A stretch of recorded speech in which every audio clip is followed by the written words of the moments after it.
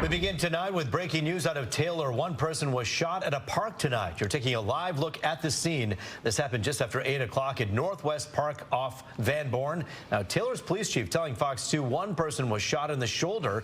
We are working to find out what condition that person is in. You can see the shooting prompted a pretty big police presence there. Police don't have a suspect in custody. We are staying in touch with investigators, and we'll let you know when we learn more. Of course, if you have any information about what unfolded here, pick up the phone and call police right away. 8 people now facing charges after a Michigan prisoner died of dehydration while in custody. And tonight, the Attorney General says what happened to John Lancaster at the Alger Correctional Facility in the UP was preventable. Let's get right to Fox 2's Dave Spencer. He spoke with the Lancaster family, who says they're not done fighting for justice. Dave. Yeah, Rip, John Lancaster's sister and daughter were surprised to hear that 6 people, including the warden and deputy warden of the prison, have been charged with involuntary manslaughter. That's a 15-year felony. 2 officers were also charged with felony misconduct in office. But the Lancasters tell me now the fight changes to changing the law, in Lansing. Step by step, brick by brick, we're going to take the system apart and we're going to reform it. What happened to her brother, John Lancaster, is this. In 2013, he was arrested and pleaded guilty to armed robbery of a 7-Eleven.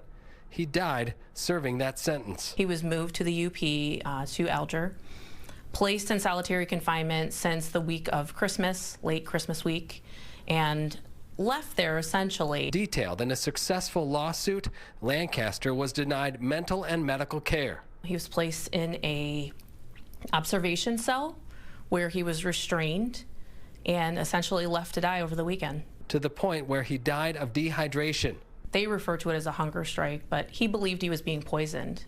They document that over and over. His death was on March 11th, 2019. Lancaster was put in solitary confinement in December of 2018. Jonathan made his share of mistakes. He was paying for those mistakes with the sentence that he was serving. He did not deserve to die in the manner that he did. It's still there. You can't forget about it. It'll never be easy. I don't have a dad. I'll never have a dad. Brianna never got to say goodbye to her dad. On Wednesday, though, she went to his gravesite to tell him about the 8 people charged in connection with his death. Had to bring flowers for the celebration of the charges being pressed.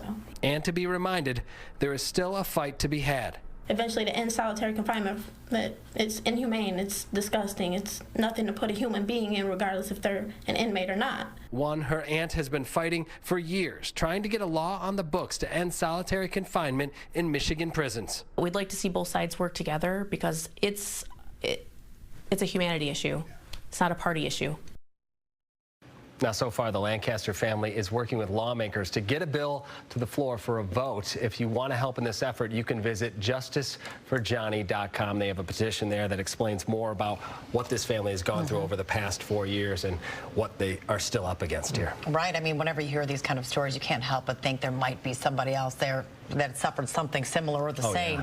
Yeah. Dave, what about changes coming forth at Alger Prison? Yeah, they want to see changes right there, don't they? So the Michigan Department of Corrections has a budget vote that's coming up next week. They want to see body cams put into that budget because, you know, the video tells the story. It's hard to lie on video, right? So if they're wearing body cams, it just paints a clearer picture. Sure, just feel for that little girl wishing her dad was still alive. Hopefully some change can come. Dave Spencer for us. Thank you. Thank you. Well, a train plows into a car sitting on the tracks. This happened near 10 Mile and Sherman earlier tonight at Center Line. You can see the silver Chevy car had serious damage to its right side where the train hit it. There's no word if anyone was hurt. And look at this, a glider crashes into a field in Livingston County. This happened earlier this afternoon in Unadilla Township. Now, that's just west of Pinckney. You can see there was damage to the nose, tail, and wing of the aircraft. We've reached out to police to find out if anyone was hurt, and we will let you know as soon as we learn more. Well, more public outcry tonight in Dearborn Heights after a school principal is placed on leave yet again. People got together outside Annapolis High School demanding answers into why the principal there, Aaron Millett, is once again off the job. Millett was suspended last month, sparking protests and a student walkout before being reinstated. Demonstrators say they're not being listened to by their superintendent, Tyrone Weeks, whose staff members recently handed an overwhelming no confidence vote to. We need changes made. Many people have been put on leave that we want answers for. We're looking for a lot of answers to make sure that our district is moving in the right direction. Tonight's school board meeting had to be moved to a different location because of a carbon monoxide issue inside Annapolis High. The building was cleared and is once again safe. The family of a man fatally shot by Roseville police is now suing the Roseville Police Department for $10 million. Drop the f***ing knife! Dispatch, step it up. I've got one at gunpoint. Got one on the drop it! Now, this right here happened in April of 2022. 57-year-old Frank Robles was shot by a Roseville officer after he approached police with a 4-inch knife. Robles refused to put down the knife, which was a fishing knife, we're told. Video of the incident shows Robles did have a knife and failed to obey the officer and dropped the weapon. But an attorney for the family says Robles was dazed and confused after the head of a collision with a semi. What he did not do is he never waved the knife. He never asserted that knife forward towards the officer. He never made a statement to the officer that he intended to harm him. He did nothing to threaten the officer other than possess the knife in his hand at his side. Drop it! The city of Roseville has denied any wrongdoing in this case. No court date has been set. If you're away from your television, please take a look at your screen right now and ask yourself this question. Do you recognize these two men? Investigators say they're suspects in a Detroit shooting from earlier this month. This happened on June 7th at a liquor store on Jefferson near Newport on the city's east side. Investigators say both were involved in a fight with a 35-year-old man. One of them left the store, got a gun from a silver Saturn, walked back in, and then fired shots. Nobody was hurt. Both suspects drove off after the shooting.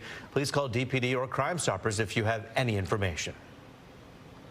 Water main breaks making quite a mess in the streets of Detroit, and that is not the only issue. Yeah, get this. The city's responded to dozens of water main breaks in just the last day. In fact, a large break impacted a neighborhood on the city's west side at Plymouth in Wyoming. The city says the reason it's happening is dramatic changes in water temperature from the Detroit River.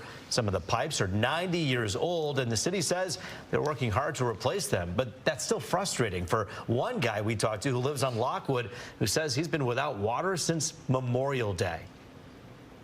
We spend about $100 million a year on water and sewer upgrades. We've been doing that since 2019. So we have a large city geographically. It's going to take time to get to every neighborhood. I go and bathe at my son's house. My sons have been taking my clothes to wash.